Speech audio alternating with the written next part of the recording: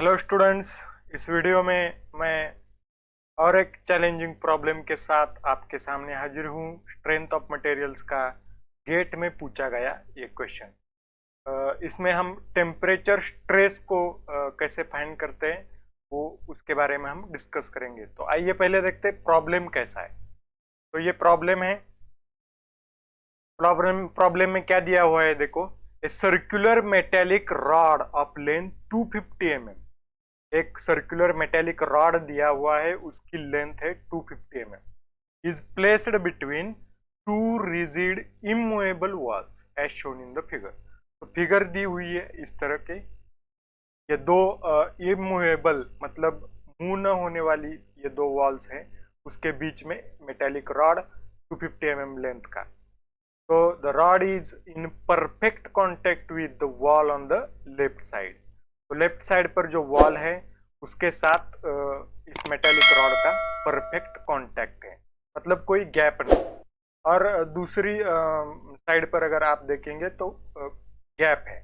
तो there is a gap of 0.2 mm between the rod and the wall on the right side. तो right side पर जो wall है के बीच में और रॉड के बीच में 0.2 mm का गैप है। इसे हम क्या कहते हैं, टेम्परेचर स्ट्रेस के पॉइंट में हम क्या कहते हैं, यील्डिंग। तो यील्डिंग मतलब डेल्टा से हम डिनोट करते हैं। तो यील्डिंग डेल्टा 0.2 mm दिया हुआ है।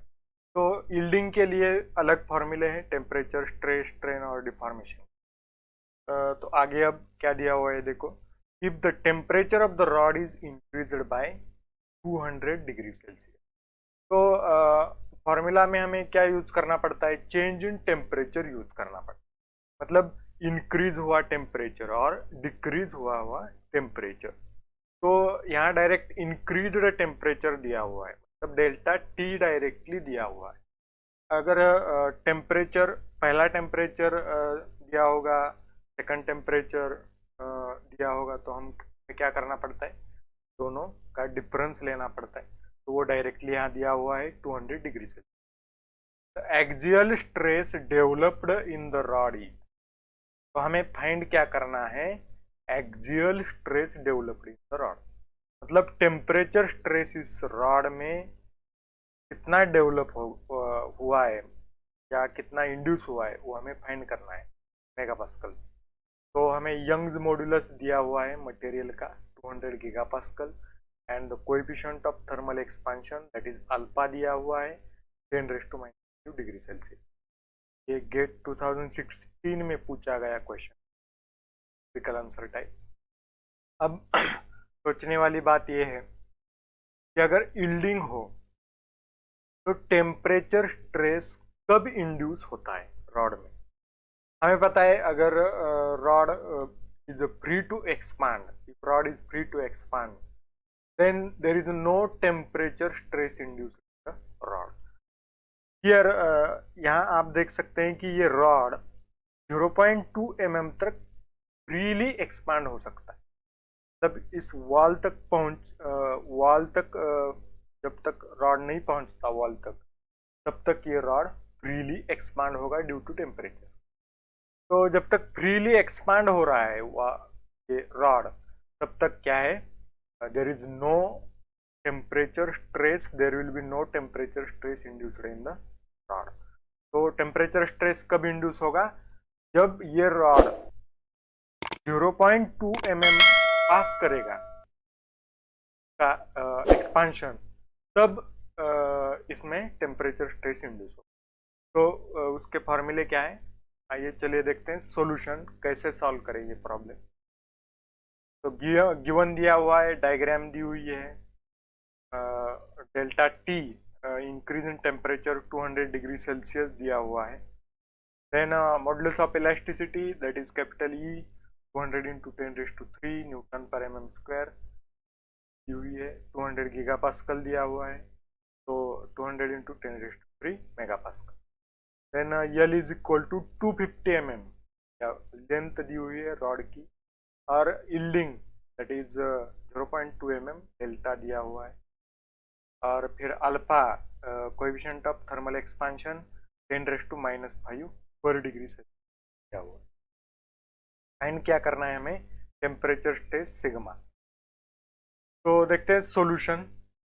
तो हमें पता है ऐसे केस में, यील्डिंग के केस में इलोंगेशन क्या होता है, इलोंगेशन मतलब change in length. Change in length क्या होती है रॉड की, तो ये गैप है वो हमें चेंज इन लेंथ से माइनस करना पड़ेगा। तो due to temperature change in length कितनी होगी, अल्फा डेल्टा टी एल, ये गैप डेल्टा।